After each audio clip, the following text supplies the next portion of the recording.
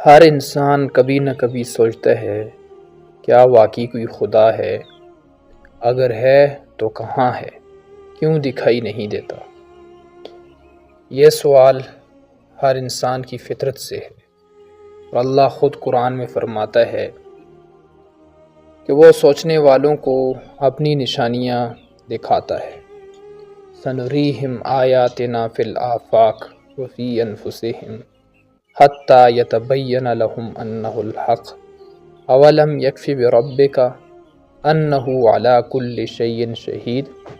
سنو، آفاق میں بھی ہم اپنی نشانیاں دکھائیں گے، اور خود تمہارے نفس میں بھی۔